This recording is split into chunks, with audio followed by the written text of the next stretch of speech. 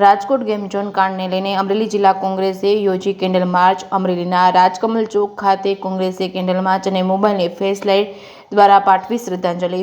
પૂર્વ સાંસદ વિજયભાઈ ઠુમ્મર, પૂર્વ વિપક્ષના નેતા પરેશ ધાનાણીના નાના ભાઈ શરદભાઈ ધાનાણી સહિતના કોંગ્રેસના કાર્યકર્તાઓએ 2 મિનિટનું મૌન પાળ્યું હતું। ગેમ ઝોન કાંડની વ્યથિત પૂર્વ સાંસદ વિજય ઠુમ્મરે રાજ્ય સરકાર સામે કર્યા પ્રહારો। હાઈકોર્ટે પણ સરકારની ટીકા કરી છે તેવું વિજય ઠુમ્મરે જણાવ્યું હતું। મોરબી પુલ કાંડની દુર્ઘટના, વડોદરા બોટ કાંડની દુર્ઘટના, સુરતના તક્ષશિલા કાંડ તેમજ ભરૂચની હોસ્પિટલમાં આગ કાંડ તેમજ અમદાવાદના શ્રેય હોસ્પિટલમાં આગ કાંડ તેમજ ભાવનગરના રંઘોળા અકસ્માતની દુર્ઘટના અને રાજકોટના ગેમ ઝોન કાંડમાં કડક આદેશો આપ્યા છે। સરકાર માત્ર અધિકારીઓ પાસેથી હપ્તા લે છે તેવું વિજય ઠુમ્મરે જણાવ્યું હતું। અધિકારીઓ ગેમ ઝોનમાં દારૂ પીવા જતા હતા તેવું વિજય ઠુમ્મરે જણાવ્યું હતું।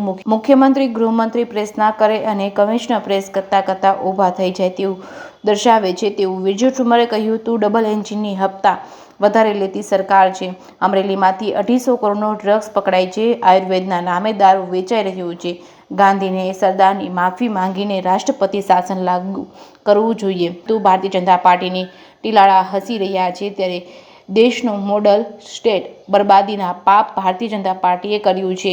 અત્યાર સુધીના થયેલા કાંડોમાં કડક સૂચનાઓમાં સરકારે શું કર્યું એનો જવાબ જનતા પૂછે છે તેવું વિજય ઠુમ્મરે જણાવ્યું હતું। માણસનું હૃદય ફાટી જાય છે ને સરકાર હસી રહી છે, મુખ્યમંત્રી હસી રહ્યા છે, ગૃહમંત્રી ટપોરીની જેમ વાતો કરે છે ત્યારે તમે પહેલા રાજીનામું આપી દો। કમિશનરને સસ્પેન્ડ નહીં ડિસમિસ કરી છે અને જે અધિકારીઓના પૈસા આ ગેમ કાંડમાં રોકાયા છે તેમની તપાસ કરી ગુજરાતની જનતાને બતાવે છે તેવું વિજય ઠુમ્મરે જણાવ્યું હતું। JKS ન્યૂઝ ગુજરાતી સાથે જૈનિક સુચિત્રા, અમરેલી। રાજકોટ ટીઆરપી ગેમ ઝોનમાં 40થી વધારે બાળકો સાથે મોતને ઘાટ ઉતર્યા છે। રાજ્ય સરકારની સંપૂર્ણ નિષ્ફળતા છે। હાઈકોર્ટે પણ આજે ટીકા કરી કે અમને આ સરકાર ઉપર ભરોસો નથી।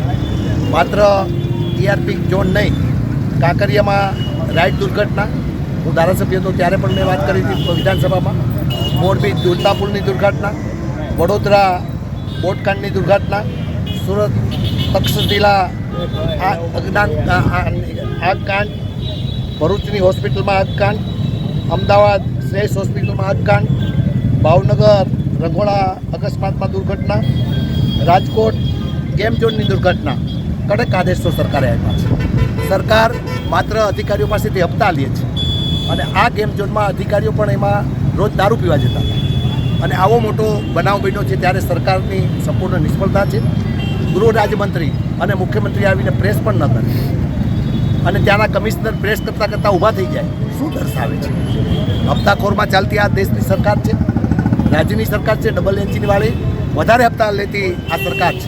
મારે તો કહેવું છે કે અમરેલીમાં પણ 250 કરોડનું ડ્રગ્સ પકડાય, રોજે રોજ દારૂ પકડાઈ રહ્યો છે, આયુર્વેદના નામે દારૂ વેચાઈ રહ્યો છે। કોઈ નાનું ટાઉન પણ અને ગામ પણ સલામત રહ્યું નથી। ગરીબ માણસો આજે રાંધણ અને પાન પીના છે। ભારતીય જનતા પાર્ટીની સંપૂર્ણ નિષ્ફળ સરકાર છે। મારે તો કહેવું છે કે રાજ્ય સરકારે ગુજરાતની જનતાની ગાંધી અને સરદારની માફી માગી। ડૉક્ટર જીવરાજ મહેતા આ રાજ્યના પ્રથમ મુખ્યમંત્રી થયા, એની માફી માગીને અમે સરકાર ચલાવી શકીએ તેમ નથી। રાષ્ટ્રપતિ શાસન લાદીને સરકારે માફી માગી લેવી જોઈએ। દેશનો વડાપ્રધાન મુદ્રાની વાત કરે છે, દેશનો વડાપ્રધાન અત્યારે મગજમેટ થઈ ગયા છે, એમને પણ કોઈ હોસ્પિટલમાં દાખલ કરવા જોઈએ।